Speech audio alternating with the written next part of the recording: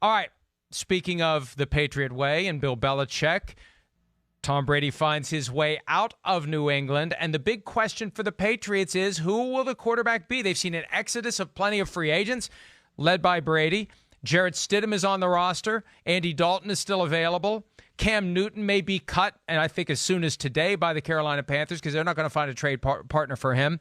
What do you think Bill Belichick does to fill that quarterback position, top of the depth chart, week 1 of the 2020 season? Who do you think it's going to be?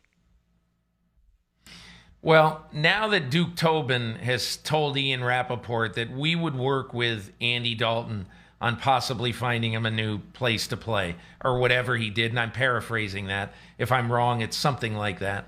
Now that Duke Tobin has said that, what prevents every team in the NFL, now that there are not really a lot of teams left, Mike, if you think about it, what, the Chargers, obviously the Patriots.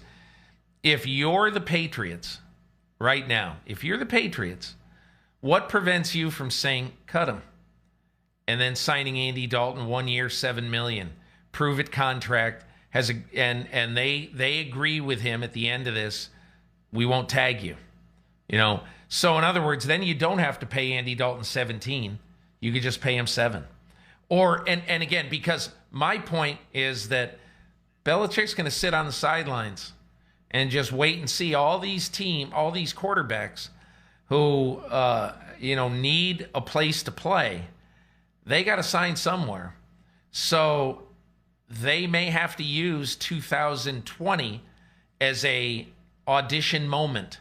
Even though they've been quality, good NFL starters in the case of Cam Newton and MVP, why wouldn't the New England Patriots just say, on May 1st, we'll sign somebody. We'll just see who's out there. Because they're not all that concerned with who it is.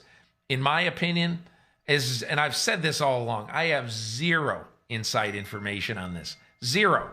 But in my opinion, all along, Andy Dalton has been a perfect Patriots guy.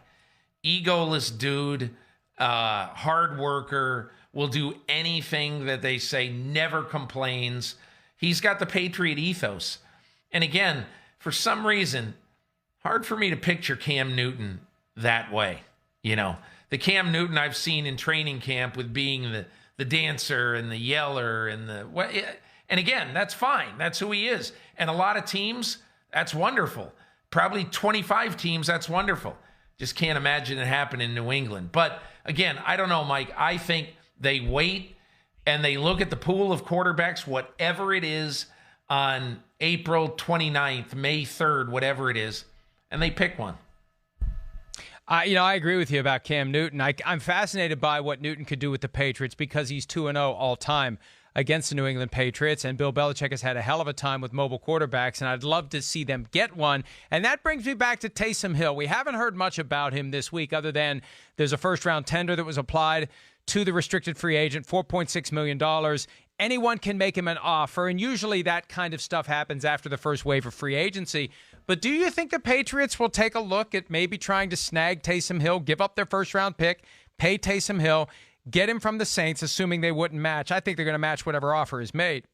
But if I'm Bill Belichick, I'm intrigued by what Taysom Hill could be if Josh McDaniels and Belichick craft an offense to get the most out of him.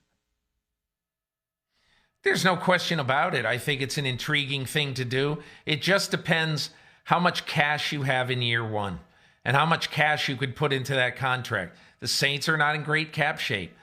I think if somebody did sign Taysom Hill, that what the Saints would have to do is redo about 5 contracts because they're determined that Taysom Hill gets a first shot in 2021 or whenever Drew Brees leaves.